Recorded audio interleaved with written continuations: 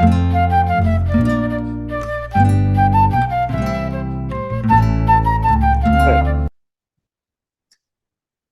welcome. This is the first ever edition of the Fenrath podcast. Not in Fen. Um, Special case. But we're here to talk about the Hammers on Bone book by Cassandra Shaw, like this. And it's set in London in like this time, but it's not nonfiction. It's kind of like it's weird. I'll talk about the story and then you'll explain it. But it's like there's a lot of turns and stuff that aren't really expected into the thing. So it starts off with the chapter is called Murder My Sweet. And the very first line is, I want you to kill my stepdad. And it's like this 10-year-old kid at this private inspector's office or investigator's office. And he's like hiring this guy to just like kill his dad. And like he's like, oh, he's gonna hurt me, like he's gonna hurt me and my brother. So this private investigator is like, he's not human. He's like I don't really know what he is. He's kind of like a monster, like in disguise as a human, and you like see that throughout the rest of the story.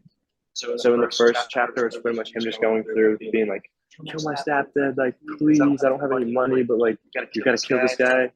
And the investigator's like, yeah, sure, like I guess I'll do it. And so you get the second chapter, and this is where he's like, the investigator's starting to like learn stuff. And so he's supposed to kill the investigator's name is John Persons. He's supposed to kill this guy named McKinsey. And he works in a factory and he goes to his work. McKinsey. He goes to McKinsey. McKinsey works in the factory. And he's the stepdad? He's a stepdad, yeah. So he's going to McKinsey's work to try and find this guy, talk to him, and he's like, why do these kids want to kill you? But he like starts talking to the foreman, which is the guy in charge of the factory instead. And he's like, the guy's like, he's getting really mad at the foreman. And the foreman's like, there's like this weird way of like describing in this book where he's like describing like his veins and like I can feel his like heartbeat and stuff. And so John Persons is always like smoking cigs. And like they get in this big argument about like Persons, and the foreman's like, I'm not gonna tell you what's going on. And there's like, but he's like covered in like extra eyes, like there's eyes all over him. And Persons is like, you know what? And he just like shoves a cigarette in this guy's eye, but like the eyes in like his neck is just covered in eyes. He's just like and like, but it's like John Persons like wasn't like provoked at all. He just like randomly like attacked this guy and just left. And you'll see throughout the rest of the book that there's just like a ton of violence, but it's just like out of nowhere. Like it doesn't make any sense at all. Like if you so he's like, it's weird because he'll talk about, and then he's like a wizard too, where he has like magic powers. Because he's like talking to this waitress about like this person guy, like trying to figure out who he is, and he like touches her like that, and then he like reads her mind or something. She was like, no, you can't do that to me. But this guy just like does whatever he wants. Like John Persons a beast. Like he just goes around and like it's like his world, and everyone else is just living in it. He can just do whatever he wants. And he never gets in trouble. So he like reads this girl's mind, and she's like, no, don't do that. But he still does it.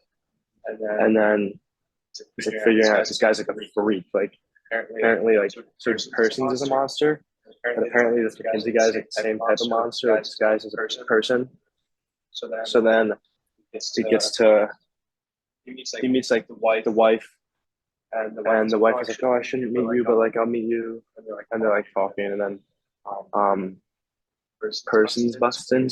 What are you doing with my wife? Like they're in this like a waiter, no, not a waiter, a diner, and he's like trying to fight this guy in the middle of the diner. And like, no, I'm not gonna fight, because he always talks about like he was like, I would lose this human form. So he's like in like a he's like in disguise as a person, and he's like a type of creature.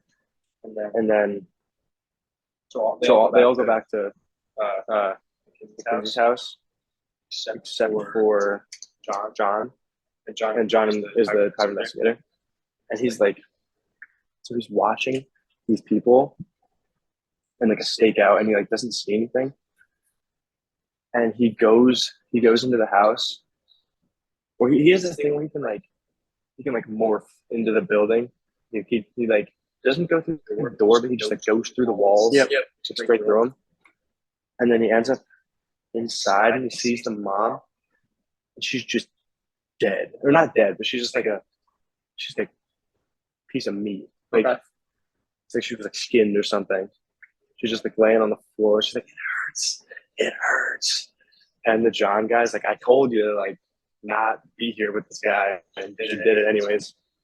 So then he's like, John's like, I'm gonna kill this guy. Like I'm gonna kill Mackenzie. And he like goes upstairs and he's like trying to find this guy, and he goes into the attic and eventually finds him. And it's like Mackenzie's not even a person. It's just like all the bones and like so he's just like muscle, like an octopus. Gotcha. Like covered in like eyes and like muscle and like bone. The bone can like stab you and stuff. So he's out here like, and then Mackenzie turns into, or not Mackenzie, person turns into like the same thing.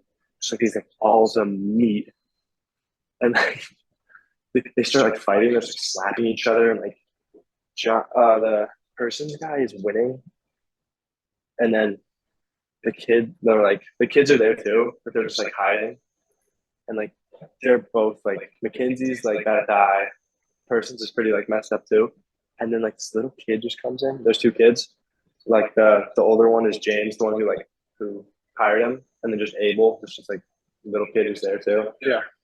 And James just comes in with a hammer and just starts smashing the dad's head, and he like. So it turns out the little kids are in like a cult, and they're like sacrificing his dad to like the devil or something, because they were like, we needed a dead monster and also an alive monster, because they needed the blood of a live monster. So that's why they hired persons to kill.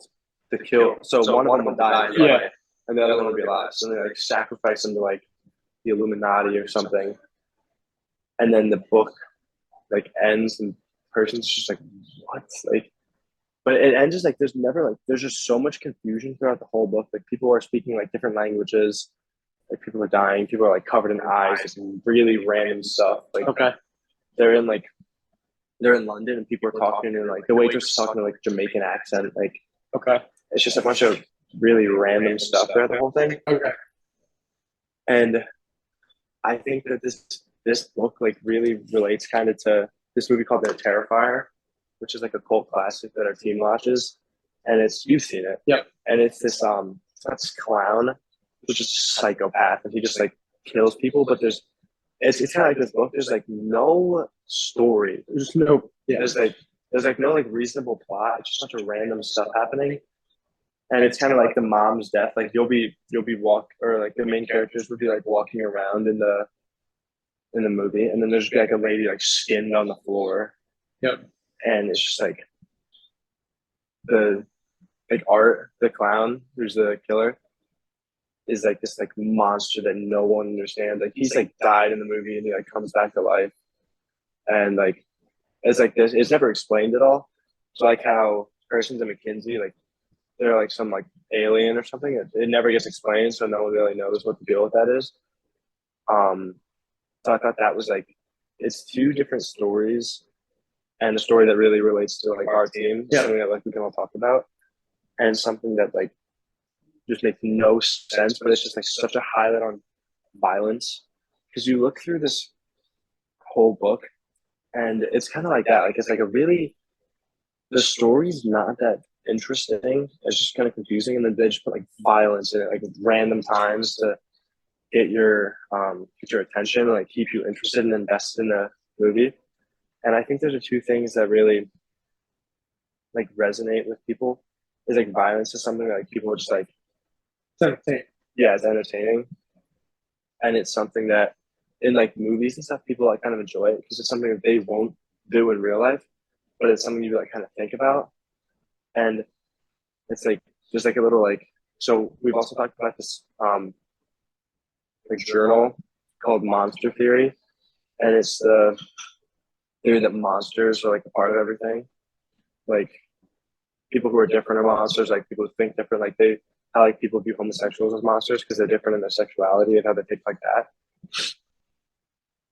And I think, and it goes to it, like talking about how everyone has like a little bit of something that could be like a monster in them, and how like that's what people like to watch, like violence in movies, like action movies, or like play video games like Call of Duty, where like we're killing, because like it's like they get to use that like little monster part in them, but then not actually like be a bad guy or like do anything bad.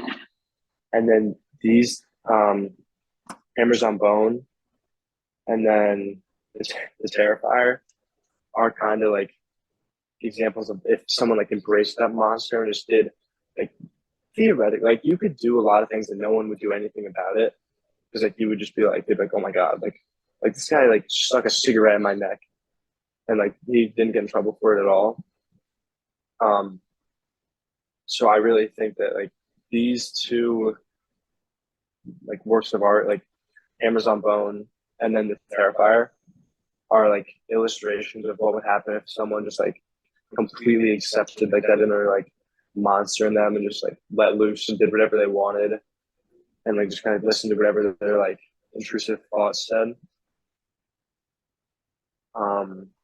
And like I don't know, I thought that this book is like a real like really relates to monster theory, and then like just kind of life in general, how you just like you always get those like intrusive thoughts. Like I'm sure like you're talking to someone, you're like, I just want to punch this kid in the face. You're not gonna actually hit him, but like this guy would just like with socks, this random guy because he was bothering him. Like I think that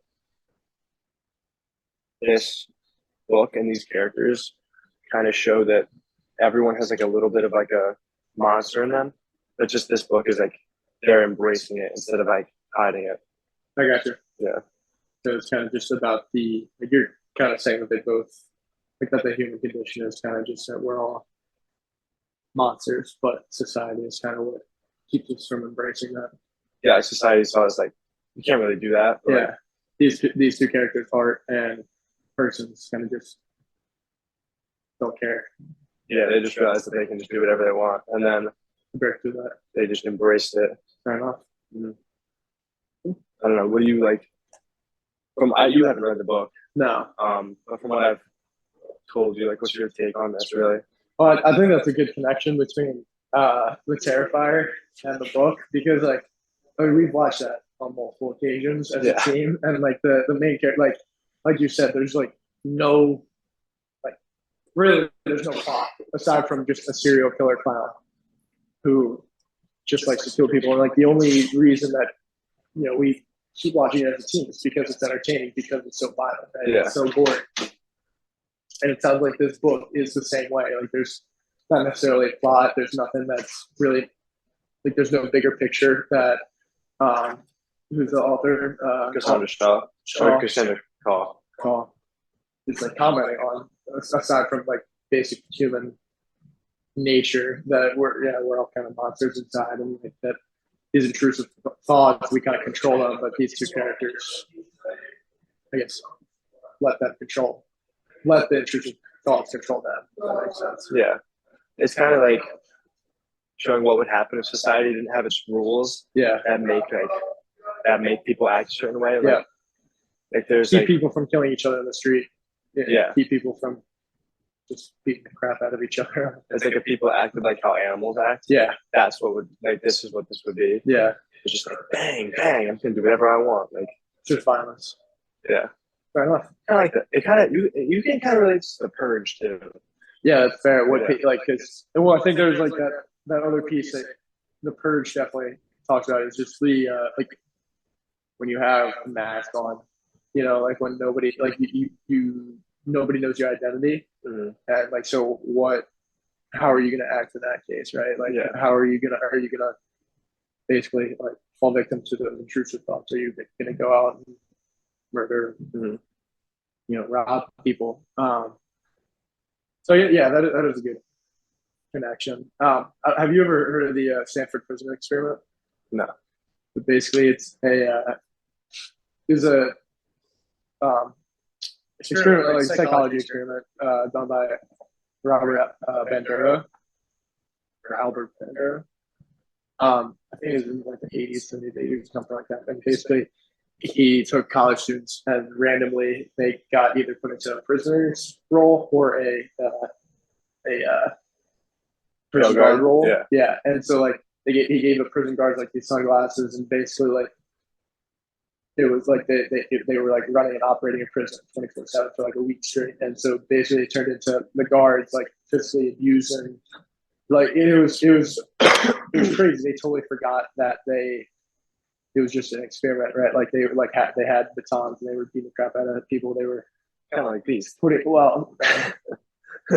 wouldn't go that far, but like they're given power, like, and at that point, like what kind of like watching what humans are going to do when they're not necessarily kept in check, like when they have that power. I guess you can relate it to beasts, like Cadre as their first experience with like power. Not like that dramatic, but no, it's on the same scale. Like, there's always like the one Cadre who just like takes stuff way too far. They think they can just do like whatever they want, and they're just like beating kids down. Like it's like obviously not right. And they're doing it because they have the power, not for any other reason. Like they just like showing their power. Yeah, like you can.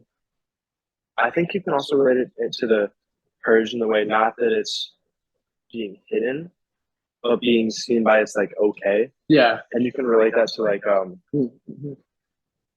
racism back when it was like the norm. Yeah. Like it's obviously not right, but everyone's gonna be like, oh, like he's doing it, so I can do it. Yeah, they're doing it, so I can do it. And it's like in the purge where it's like, oh, they're doing it, so I'm just gonna like kill people. Like if they bother me, like I'm just gonna like everyone's doing it, so I can do it. It's like cheating in school, like I'm sure in high school everyone would be like, oh, I'm gonna cheat, so they're gonna cheat too. Or like kind of take that one first step from somebody. Yeah. And then when it becomes the norm, that's when people just start like they can just do whatever they want. Yeah. Yeah. That's fair. I think this is like a really good. I'm glad we talked about the purge because I think the purge really goes into this with persons because he's just realizing he can just do whatever he wants and he just does whatever he wants then. But here he's not necessarily motivated. Like he doesn't see somebody else doing it, so he then goes and does it. He just does it on his own. Like what I mean? Well, he's gotten to the presidents where no one stops him. Exactly. Yeah. So he just realized he can just do whatever he wants. Yeah. If no one's going to do anything about it, then it's fine for him to do it. Exactly. Which is kind of like it's kind of like if you see like a bully in school and they just keep getting away with like being like super mean to kids, but no one's going to stop them. Like they can just keep doing whatever they want. Nothing's going to stop them. Yeah. I don't know. I think this is a really good like a look into like culture and like the human condition. Yeah. It's a really good kind of like really good perspective on the human condition that we're kind of naturally used to like suppressing. Yeah. Well, yeah, like we're like that, like on an internal level we're monsters, but like society and external factors kind of keep us from, I guess, exhibiting that on a day to day. Yeah. I never really thought about it until we talked about it. Like I never connected to the purge. Yeah. Or like beast or anything. I just thought of like the Terrifier because it was just like mindlessly so violent. It's just like somebody killing a bunch of people just because they want to. Yeah. And it's like just violence. It's not necessarily a ton of like there's a couple deaths in this. No, but like I mean you talking about the violence, like cigarette, like there's violence. Yeah, it's just like just thrown in there just for like entertainment. Yeah, to keep you're the reader, I guess, entertained. Yeah. I don't know. I think this is like a really cool look at the human condition. Yeah. This podcast helped me like understand this book more because I didn't really like. I just kind of read it and I was like, all right, like this book makes no sense. Mm-hmm. But now I think talking it out loud a little bit. And like, yeah, definitely. Fair. Good podcast. Yeah. Good work. Good work. Stay tuned for episode 2. See you next week.